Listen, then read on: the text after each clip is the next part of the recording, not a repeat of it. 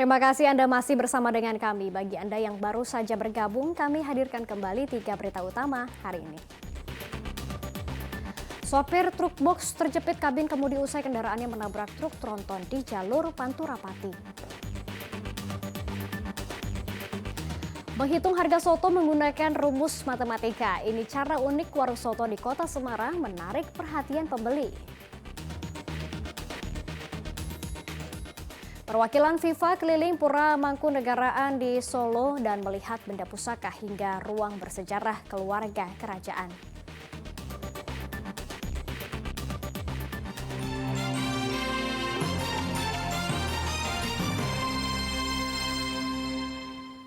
Berniat menolong anak yang masih balita, seorang ayah dan kakek ikut tercebur ke sumur sedalam 25 meter di Magelang. Evakuasi berlangsung dramatis karena diameter sumur sempit dan minim penerangan.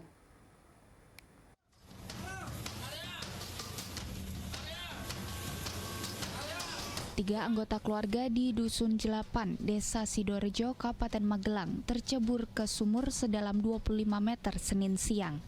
Petugas gabungan Damkar, Basarnas, TNI Polri, dan relawan dibantu warga berupaya mengevakuasi ketiga korban.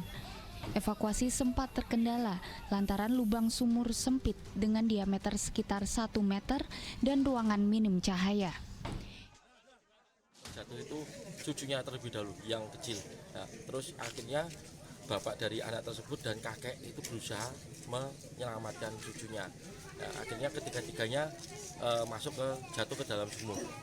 Kedalaman sumur 25 meter.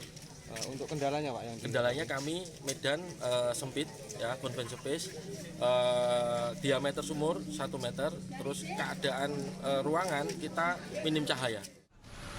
Insiden ini berawal ketika nenek dari korban balita inisial NRA sedang menutup sumur di dapur rumahnya. Korban menyusul sang nenek dan bermain di bibir sumur.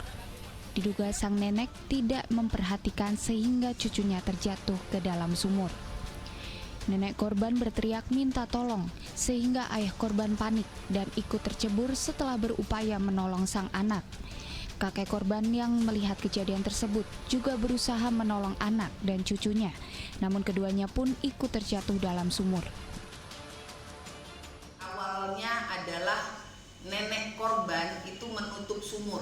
Menyusul nenek korban, neneknya tidak memperhatikan, ternyata si anak ini main ke sumur dan nyemplung ke dalam sumur.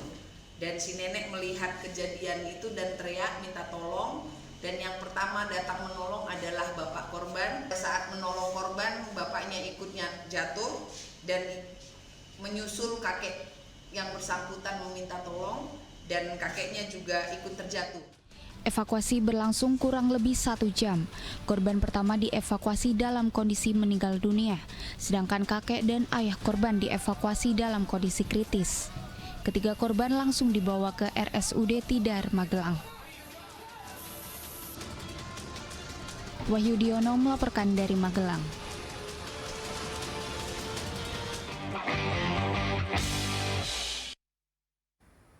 Pertandingan Piala Dunia Grup B di Stadion Manahan Solo lagi-lagi masih sepi penonton. PSSI terus berupaya menarik minat penonton dengan memberikan kemudahan akses penjualan tiket serta memberikan tiket gratis kepada para pelajar.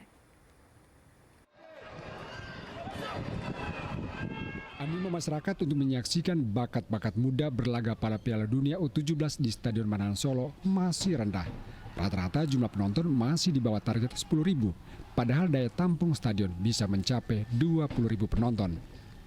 PSSI menduga lonjakan penonton baru terasa ketika sudah memasuki babak 16 besar hingga partai final. Meski demikian, PSSI terus berupaya untuk menghadirkan banyak penonton ke stadion. Di antaranya mempermudah akses penjualan tiket, bahkan memberikan tiket gratis kepada para pelajar. Kita akan open up untuk pembelian grup-grup juga dalam jumlah besar. Itu salah satu strategi-strateginya. Dan strategi yang lain pastinya saat ini sih sudah berjalan komunikasi dan koordinasi kita dengan Kemendikbud sangat baik. Dan itu akan terus kita tingkatkan yang nantinya akan mungkin menginspirasi beberapa siswa-siswa sekolah untuk seat filling-nya. Itu juga salah satu strateginya. Sehingga kita membawa mix warna penonton yang mungkin ada yang baru pertama kali ke stadion, ada yang biasanya selalu akan ke stadion, ini berbeda situasinya gitu. Masyarakat diimbau untuk memberikan dukungan pada kemajuan sepak bola tanah air. Apalagi ini menjadi Piala Dunia pertama digelar Indonesia dan ada timnas muda kita yang ikut berlaga selaku tuan rumah. Heri Prasetyo melaporkan dari Solo. Perwakilan FIFA dan LOC atau Panitia Lokal Piala Dunia U17 mengunjungi Istana Kadipaten Pura Mangkunegaraan di Solo. Mereka diajak berkeliling melihat pendopo ageng hingga ruang makan keluarga Mangkunegaraan.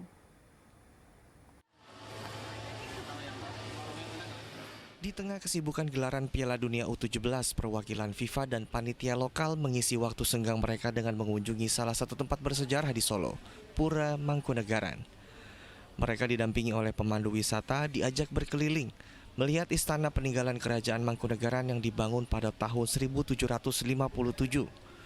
Perwakilan FIFA dan panitia lokal diajak melihat pendopo ageng, balai warni hingga ruang makan keluarga Mangkunegaran. Selain itu, mereka juga diajak melihat benda-benda pusaka peninggalan kerajaan.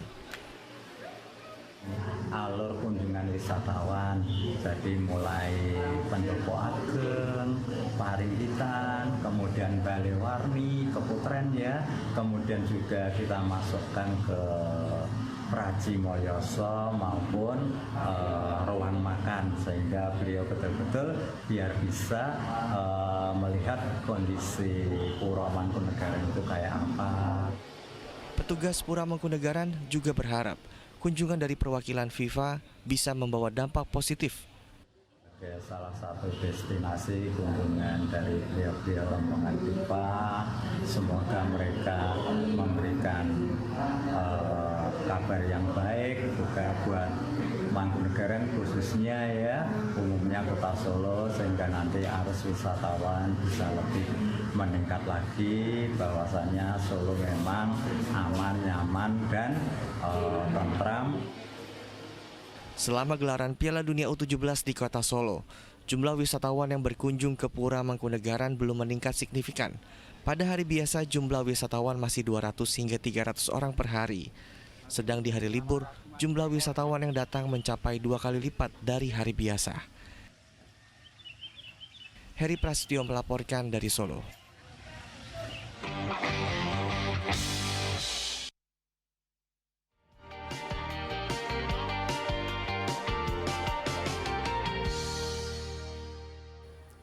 Dan informasi tadi mengakhiri jumpa kita hari ini. Atas nama rekan yang bertugas, saya Janet Lee mengucapkan terima kasih atas kebersamaan Anda. Selamat beraktivitas dan sampai jumpa.